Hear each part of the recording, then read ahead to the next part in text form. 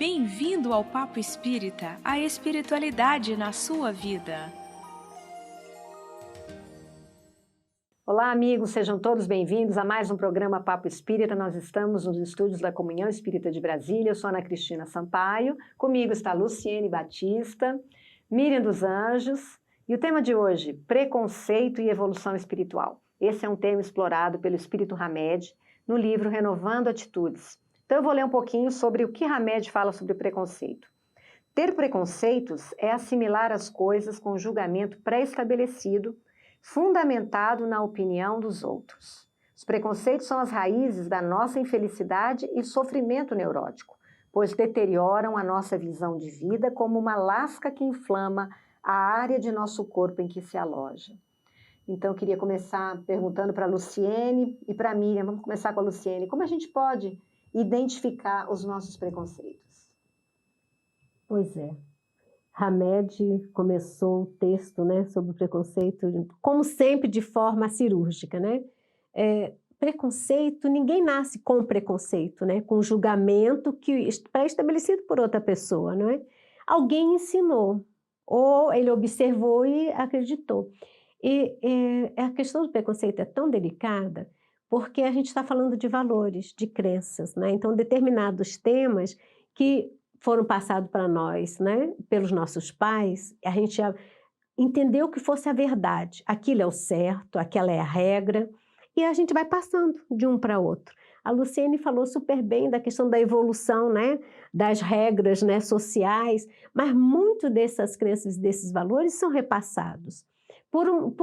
A gente não consegue detectar de onde veio, mas como é que nós vamos falar para alguém o seu valor, né, a sua crença está errada, se ele não está aberto a perceber a diversidade que tem no mundo, na vivência, né? Então, por exemplo, uma criança, né, um determinado tema, sexualidade, por exemplo, né, é trazido para ela pelos pais, que receberam também de seus pais, e assim vieram, de que, bem grosseiramente, que o casal, a relação, né, no casamento é estabelecida por gêneros, masculino e feminino. Essa criança terá muita dificuldade de olhar como natural uma relação que não esteja estabelecida nesse padrão. Ela está errada? Ela está certa? Não, é o valor que ela tem. Agora, como ela se relaciona com esse padrão, com alguém que não corresponde a essa mesma regra, esse padrão, é que é a grande dificuldade, né? Ela julga, né? Exato, e Luciene falou. De forma muito ácida, exato. muito rígida, né? Desqualifica, Exato. Ignora, né? A Luciene falou, fere. Então, quando isso é dirigido a uma outra pessoa, fere. E às vezes a pessoa está tão fechada nessa regra, né, de que é a verdade, que é assim que tem que ser estabelecido, que ela não se abre para a possibilidade de se auto-questionar, né? Exato. Eu fiz umas anotações de coisas que o Hamed falou sobre isso. Ele disse assim, aceitamos esses valores dos adultos com quem convivemos de uma maneira e forma tão sutis que nem percebemos. Foi isso que vocês falaram. Basta a criança observar um comentário sobre a sexualidade de alguém ou a religião professada pelos vizinhos para assimilar ideias e normas vivenciadas pelo adulto que promove a crítica. Que aqui tem uma crítica, né? Sim. De maneira distorcida, baseia-se no julgamento de outrem, quando é válido somente o auto-julgamento apoiado sempre na análise dos fatos como realmente eles são. Então tem que ter uma certa dose de rebeldia, às vezes, né? Para você se deslocar de preconceitos familiares que muitas vezes para você nem faz sentido, né? Eles nem fazem sentido. Mas você não tem como se questionar, você é uma criança. Então você assimila aquilo e leva para a sua vida, né? Com muitos prejuízos, né? E eu acho que é um capítulo muito difícil do nosso processo de crescimento, porque o André Luiz fala que a gente segue, né? A gente está sujeito a duas leis que são muito determinantes. Na carne, vamos dizer assim, no corpo físico, é a lei da hereditariedade. Então nós temos toda a herança genética, que é estabelecida por leis, isso aí todo mundo sabe, estuda na escola, ok. Mas ele diz, da mesma forma, nós estamos sujeitos em termos espirituais, nas reencarnações, as leis da afinidade. Então, como ele colocou a lei da hereditariedade no mesmo patamar da lei de afinidade, significa que nós vivemos experiências ainda muito atraídos e atraindo grupos que estão afins conosco, que pensam como nós pensamos. O que vai significar que a gente já vai caminhando dentro de uma certa uniformidade de pensar, que nem sempre é uma uniformidade boa, que nem sempre é uma uniformidade que amadureceu, que cresceu, que ampliou, que compreendeu, que aprofundou. Às vezes não é. Então a gente lida, a Miriam falou, né, que a criança nasce e ela aprende ali com o adulto. E além de ter esse componente de aprender com o adulto, tem a herança que você traz de você mesmo e agregue-se a isso ao contexto de geralmente a gente está entre afins. Então, hoje se fala muito da questão das bolhas, né? Que as redes sociais promovem essas bolhas, que as pessoas ficam em bolha. Mas dentro dessa perspectiva que André Luiz traz, a gente já reencarna assim, um pouquinho numa bolha. Então, no fundo, a nossa organização, não, mas a nossa predisposição na vida deveria ser exatamente a da experimentação, a da experiência, a do experimentar, a do vivenciar coisas diferentes ou estar aberto. Ninguém precisa viver com o propósito disso. Quando eu digo isso, eu digo estar aberto e compreender que aquilo que é diferente, que está longe, que não está dentro, pode ser bom, mas eu só vou poder avaliar se eu tiver aquela experiência, né? Então, antes disso, eu não posso pré-julgar, porque eu vou estar repetindo a opinião de alguém que talvez não tenha experimentado também e que está reproduzindo a opinião de outro. Então, a gente vai para uma série de um telefone sem fio danado, Mas é né? por isso que a gente tem essa lei da reencarnação, porque quando a gente vivencia uma situação de muito preconceito contra um outro, um povo, né, ou um gênero, aí a gente vai e reencarna no oposto ali para a gente também vivenciar aquelas situações que a gente era contra, ou que a gente não concordava. E assim vai se formando o espírito, não, Miriam? Ouvindo vocês, estou aqui pensando, vou falar recente, né? Porque não era uma coisa comum na minha adolescência, por exemplo, início da minha fase adulta, só quando entrei, né? Só quando descobri, melhor dizendo, da doutrina espírita, que é de se auto-olhar, né? Se auto-observar, porque penso que dentro de um contexto, né, em que eu estou junto com meus afins que pensam igual, o movimento dessa bolha igual é repelir aquilo que é diferente dela. Em qualquer tema da vida, o que é diferente, eu vou repelir porque não está dentro dos padrões, né, que foram estabelecidos. Mas enquanto eu não tenho esse chamado, não me sinto incomodado por determinadas atitudes desse grupo a qual pertenço, ou quando eu não tenho um cliquezinho, gente, será que isso é verdade mesmo? Ou eu me sinto mal, né? Olha, nossa, eu me compadeço. Enquanto eu não tiver esse tino, eu vou ter mesmo, penso, né, as experiências da diversidade, mas elas não vão constar para mim, sabe? Então, quando eu estou mais atento, mais consciente, eu tô renegando, né, aquela situação. Eu não estou tolerando ter que ensinar ao meu amigo de trabalho porque ele é lento no pensamento. Já estou pré-julgando, ele é lento no pensamento, né? Então eu já estou me sentindo tão melhor, tão maior, que eu não tenho paciência. Então o meu preconceito é o preconceito de achar que eu sou super inteligente, que eu não preciso ter paciência para ensinar o outro. Ou que às vezes uma pessoa que vem numa condição diferente da tua e que teve uma conduta, uma oportunidade e ela passa você, digamos assim, né? Você tem um preconceito. Como assim? Aquela pessoa, daquele tipo, daquele grupo. Bom, eu sou tão mais, né? Como assim? E os preconceitos são inúmeros, né? Sim. O Hamed cita aqui, você tem preconceitos na área sexual, você tem preconceitos na área do gênero, na área do negro, do branco, do amarelo, né? Das deficiências. Das deficiências. Gente, antigamente, o preconceito contra o deficiente ele não vivia, né?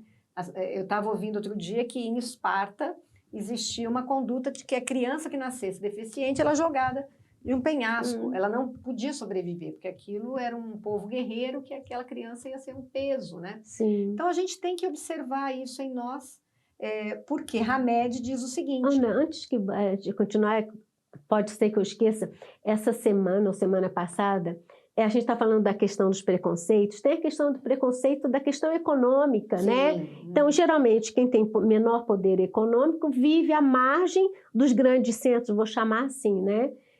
Eu vi tão interessante, era um rapaz que era, se não me engano, era do Nordeste, veio para Brasília, dormia na rodoviária, ia para a UERJ, né?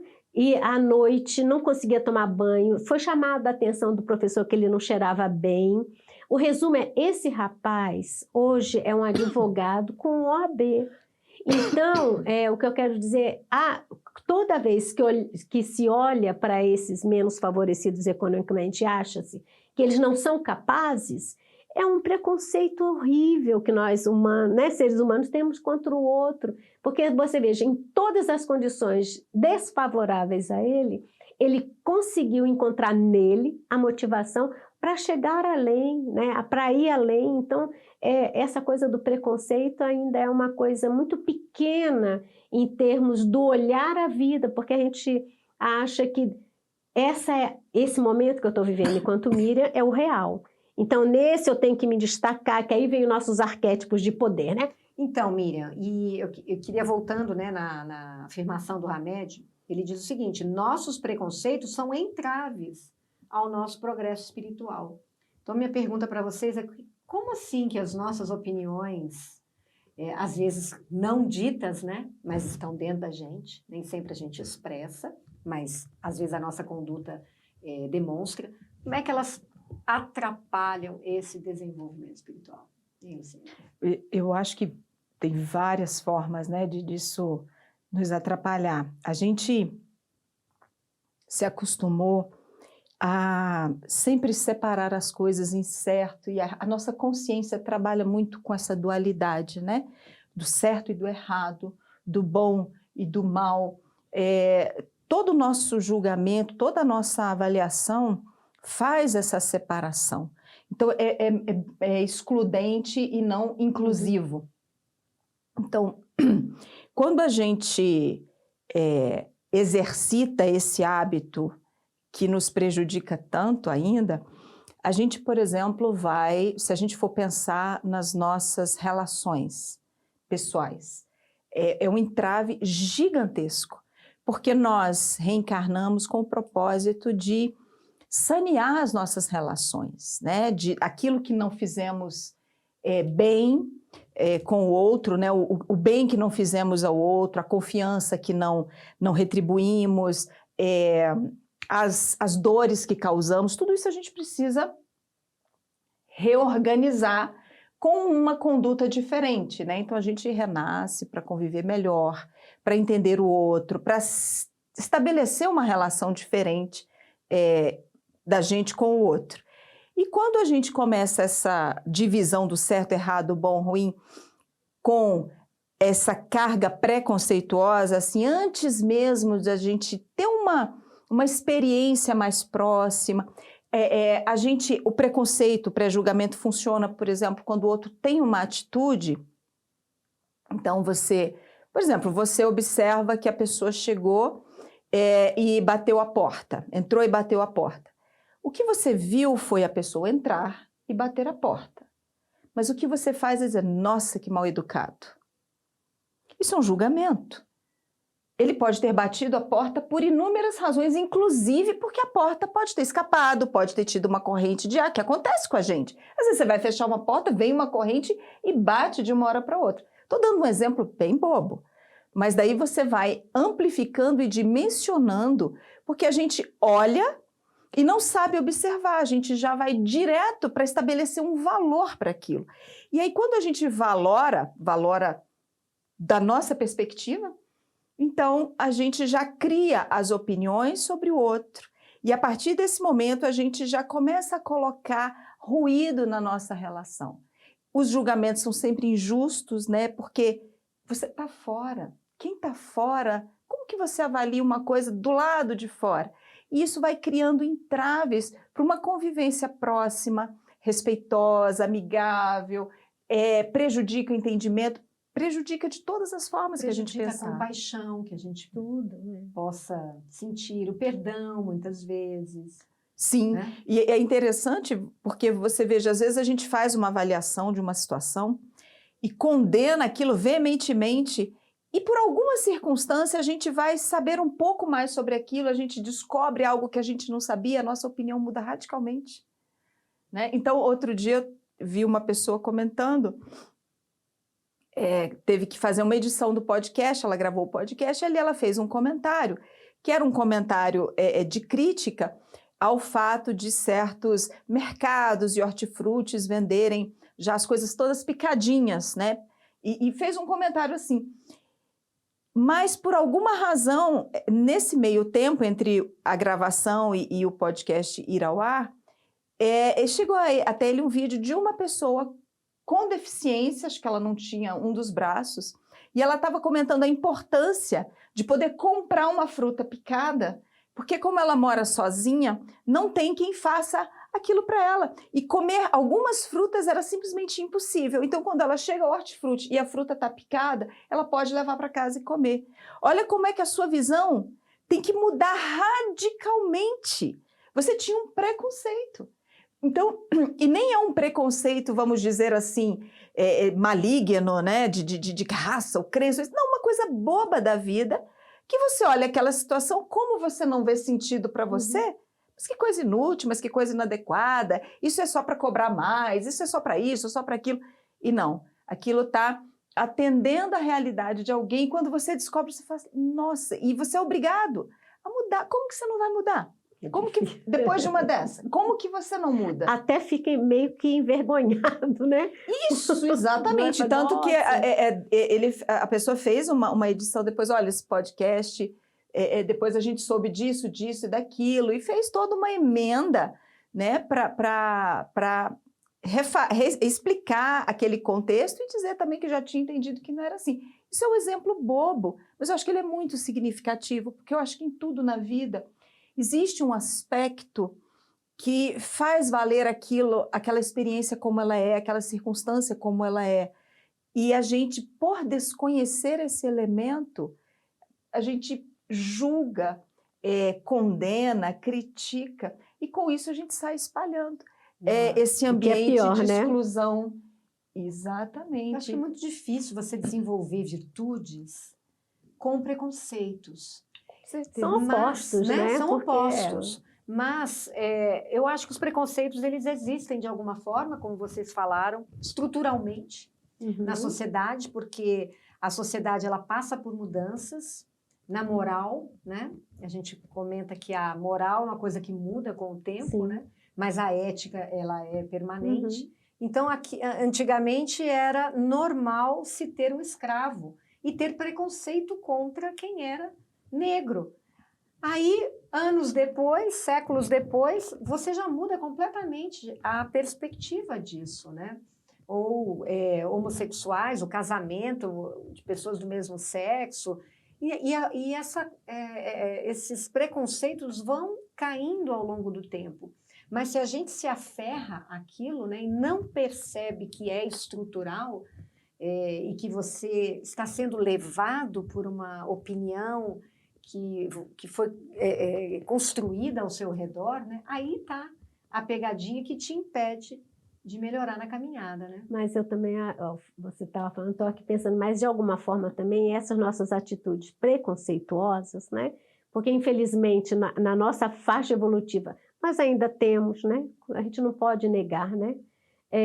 Isso também diz muito da gente, né? Então, o que está me incomodando tanto, né? Então, aquela pessoa bateu a porta, eu já estou dizendo de mal educado, né? O exemplo que você trouxe. Por que eu estou julgando que ele é mal educado porque bateu a porta? Às vezes a gente vai ver, tem um outro contexto de uma vivência agressiva na infância, de pais que batiam porta, não é? E aí você reflete, projeta. Então, eu penso muito que essa questão do preconceito, se a gente olhar um pouquinho para a gente está projetando uma fraqueza, uma deficiência que a gente nega, ignora que está na gente e que a gente joga para o outro, né? A gente tem visto na mídia o preconceito relacionado à raça, né? Então, veja que as pessoas são agressivas, como tentando diminuir o outro. Exato. Ele está diminuindo porque ele acha-se superior, mas quando ele tivesse a capacidade de se olhar internamente, né, fazer o processo que Joana de Anjos tanto nos traz na questão, né, na nossa questão psicológica, ele vai ver o que grita nele é uma inferioridade interna que ele sente e que ele tem que exteriorizar essa inferioridade, fazendo-se parecer superior e diminuir o outro, né? Então, eu vejo que essa atitude preconceituosa diz muito mais daquele que age, né, do que aquele que recebe. Porque também aquele que recebe, que não se cala, ele tem total consciência de quem é. Né? Mas aquele que se cala e fica na sua redoma e fica falando sem atitude é aquele que realmente acha-se exatamente como se aquela pessoa disse. Então, nossas atitudes preconceituosas dizem muito mais de quem realmente somos, porque parecer ser, isso é uma coisa natural nossa, né? A gente adora parecer ser, né? Mas o que a gente realmente é. E Hamed, ele nos convida a fazermos um questionamento, ele diz: qual seria então a tua visão atual a respeito do sexo, da religião, da raça, da velhice, da nação, da política e outras tantas? Seriam formadas unicamente sem a influência dos outros? Será que a tua forma de ver a tudo e a todos não estaria repleta de obstáculos formados pelos teus conceitos pré-estabelecidos? Como ele chama a atenção, né, dessa rigidez e dessa falta de questionamento que a gente tem sobre as coisas da vida, né? Mas, Ana, penso também, já atropelando um pouquinho, que o que nós estamos conversando, os meus valores, o da Luciene e o seu, não são valores errados, né? Desde que eles estejam dentro de um conceito nosso, que nós somos espíritas, né? Somos cristãos, dentro das leis divinas, tem ética, amor, caridade, justiça, né? E mesmo que eu não professe nenhuma religião, se isso está nesse caminho, ok, mas como disse Luciene, a gente vive num mundo dual, então eu tenho a minha verdade, em algum momento se choca com a verdade daquele tema oposto do outro. Eu não tenho que dizer que a minha é a única, eu tenho que estar aberta, é como o Hamed está falando. Como é que a gente pensa, como é que a gente sente em relação a tantos temas que está dizendo aí? Eu estou aberta a escutar a opinião oposta, de fazer um consenso, e não, eu acho que hoje isso faz sentido para mim num determinado equilíbrio. Não, o que eu tenho como verdade ainda para mim, nesse contexto, ainda faz sentido para mim. Ainda que dali a um tempo, encarnações ou não, eu possa mudar, né? O que você acha, Luciene? Então, eu vejo que assim, o problema todo, Miriam, é na necessidade que a gente tem de valorar tudo. Sim. Por que eu tenho que ter uma opinião valorativa sobre tudo? Porque se não fosse, se a gente tivesse a capacidade de apenas observar, a gente já poderia ir formando, né, pelas nossas experiências, a gente vai formando esse arcabouço opinativo que é mais nosso. Você veja, por exemplo, por que eu tenho que ter uma opinião formada sobre a velhice? Bom, eu ainda não estou nesse estágio, então eu já tenho que ter uma fala de fora. Bom, você pode conviver com pessoas que estão próximas de você e que envelheceram, certo? Mas aí é uma pessoa, é duas, é o meu mundinho que não pode definir tudo sobre esse tema.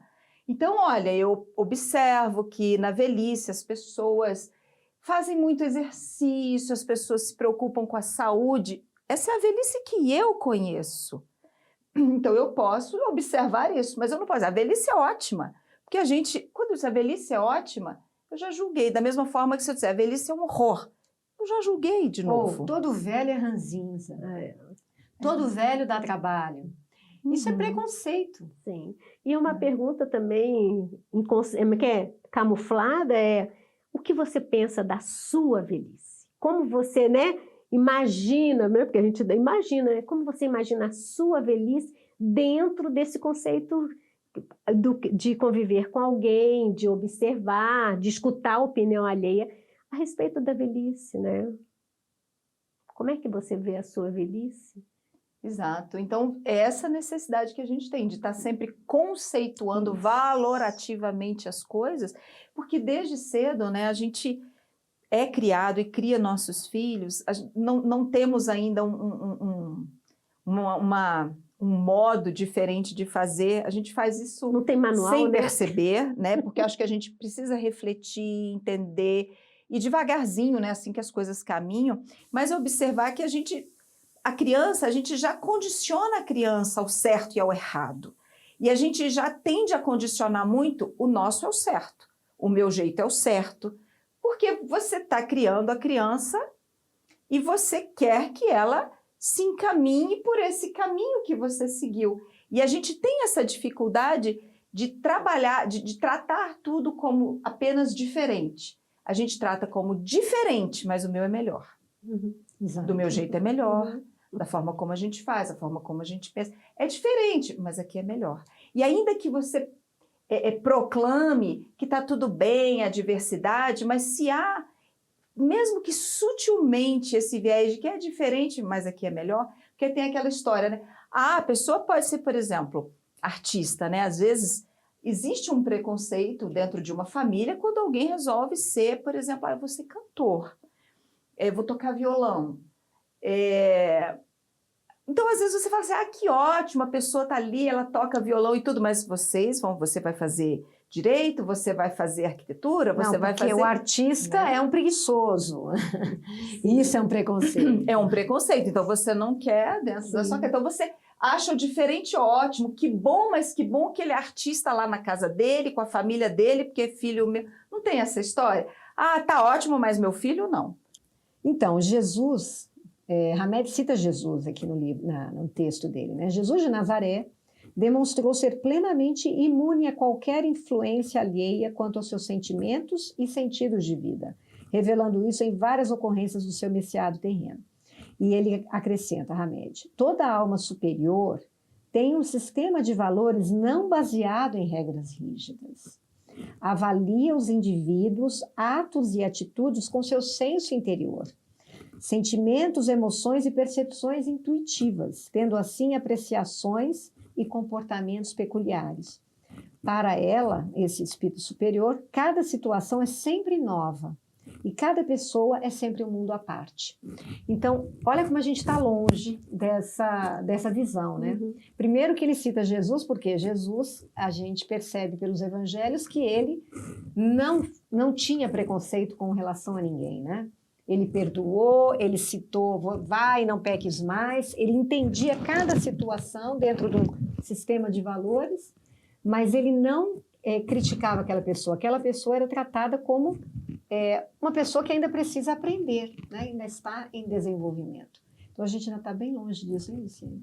Sim, e eu acho que a gente precisa considerar isso de uma forma muito tranquila, porque isso é próprio da nossa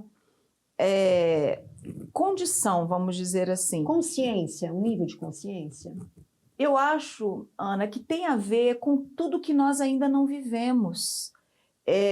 Então, assim, nós não passamos por todas as circunstâncias e ainda também não compreendemos em profundidade as experiências, porque às vezes a gente passa por uma situação sem compreendê-la, aquilo nos traumatiza, aquilo nos marca, mas a gente não compreende com mais amplitude, não dimensiona o impacto real que aquilo tem, ou os ganhos que a experiência nos traz, porque tudo que a gente experimenta é ganho em termos de evolução, porque é aprendizado, é experimentação. A partir dali eu tenho uma perspectiva, porque já passei por aquilo. Então, quando a gente vai vivendo as experiências e vai compreendendo tanta coisa que a gente não sabe, tanta coisa que a gente ainda não manifesta, isso faz parte da aceitação da nossa condição. E quando a gente se abre mais para aceitar a nossa condição, a gente está mais preparado para aceitar o outro. Então, espíritos mais evoluídos e tão evoluídos como era Jesus, né, são espíritos que já mergulharam nessa experiência com muita profundidade, de conhecer-se profundamente, de essa aceitação de si mesmo, né? Então, você sabe exatamente quem você é. E esse saber exatamente quem eu sou envolve conhecer cada nuance de fragilidade que eu tenha tido e superei, ou que eu ainda tenho e não superei. A gente nega muito esses aspectos em nós. E ao negar esses aspectos em nós, a gente não consegue aceitar no outro. Então, eu acho que a evolução nos proporciona essa aceitação em nós por uma compreensão de que faz parte do processo não saber, faz parte do processo errar, faz parte do processo descobrir, testar. Então, mudar, né, Luciana? Mudar faz parte, correr risco, né? Então, à medida que a gente vai evoluindo e vai amadurecendo e vai compreendendo, a gente vai se permitindo ser frágil, ser vulnerável, a gente vai se permitindo errar, a gente compreende que causou dor a alguém e compreende que esse foi o caminho que naquele momento era possível, pega aquela experiência, agrega para seguir adiante. Por ali eu não vou mais, entendi que não é bom, mas aceito que fiz, aceito que fui. Então, quando o outro cair ali onde eu caí, como eu já aceitei, eu tendo a estender a mão para ele, para ajudá-lo a tá tudo bem, olha, vai dar certo, meu, agora segue e tá tudo bem. Então, essa parte da gente negar esses aspectos nossos, esse perfeccionismo que nos escraviza muito, dificulta esse olhar, como você trouxe, né, que Jesus tinha esse olhar que não prejulgava, que aceitava todos. Então, eu acho que faz parte dessa conquista de si mesmo, né, que para a gente ainda falta, né? Tem muito caminho ainda, né? Temos. Uma frase que Hamed fala sobre isso, em verdade, Cristo veio para os doentes, que têm a coragem de reconhecer-se como tais, exatamente o que você falou. Não, porém, para os sãos ou para aqueles que se mascaram. E a questão é essa da aceitação. Miriam, as experiências passadas são válidas, mas precisam ser adequadas às nossas necessidades da realidade presente. O que você me fala sobre isso? Nossa, eu vou pegar o gancho que Luciane falou. Toda experiência que a gente vive é válida. Então, nós estamos aqui nesse exato momento conversando graças ao que nós vivemos no passado, né? O valor do certo e do errado, isso a gente também vai moldando, né? vai transformando à medida que a gente compreende um pouco mais a nossa necessidade de irmos em direção do outro. Então, como Jesus é nosso modelo e guia, então aquilo que eu fiz anteriormente, pego, estudo, analiso, né, como a Luciane nos trouxe, tudo é válido. Agora, nesse exato momento que eu já me percebi que não foi muito legal aquela minha atitude, não foi muito legal aquela fala comigo, porque preciso de um autorrespeito, né, de conhecer meus limites, que também não foi legal com o outro, então que eu faltei com respeito ao ser humano que o outro é também, né? Então, quando eu trago a minha experiência do passado e ela me serve como aprendizado, isso eu preciso estar aberto a entender, né? E aí como passa pelo crivo de que eu aceito, de que eu não sou Miriam, eu estou Miriam nessa encarnação. Eu sou uma série de outros que vieram comigo, que me trouxeram uma carga de entendimento que eu tenho hoje, junto com as minhas experiências como Miriam, mas que eu vejo que há uma caminhada para que a gente, né, chegue a termos atitudes, a sentir a integridade de um ser como Jesus, tem muito para andar. Então, o meu foco para frente é ambicionar viver mais amor, caridade, compaixão comigo, porque a partir do momento que eu vivo isso, eu consigo externar no mundo externo, né? Então, se eu sou agressiva, porque eu me trato de forma muito agressiva. Se eu sou muito rígida, eu também sou muito rígida comigo, né? Então, essa coisa de alto amor e de compaixão e amor para o outro faz com que as nossas experiências, sejam elas quais forem, sejam parte de um aprendizado. Certo e errado vai mudar conforme o nosso entendimento, né? É importante a gente deixar claro aqui para quem nos assiste, né? A gente está com o tempo ali se esgotando, é que todo preconceito mostra uma rigidez, né? Eu tenho uma maneira, um entendimento de uma situação, né? De algo que eu pré-julgo e que eu não reflito, né? E é essa a lição do Hamed. Isso já vem passado para mim de uma forma que eu não reflito e eu continuo repetindo aquilo, mas aquilo tem um prejuízo. Para mim, que com esse pré-julgamento acabo ferindo as outras pessoas e também sou ferido, porque a gente tem essa lei do retorno, né?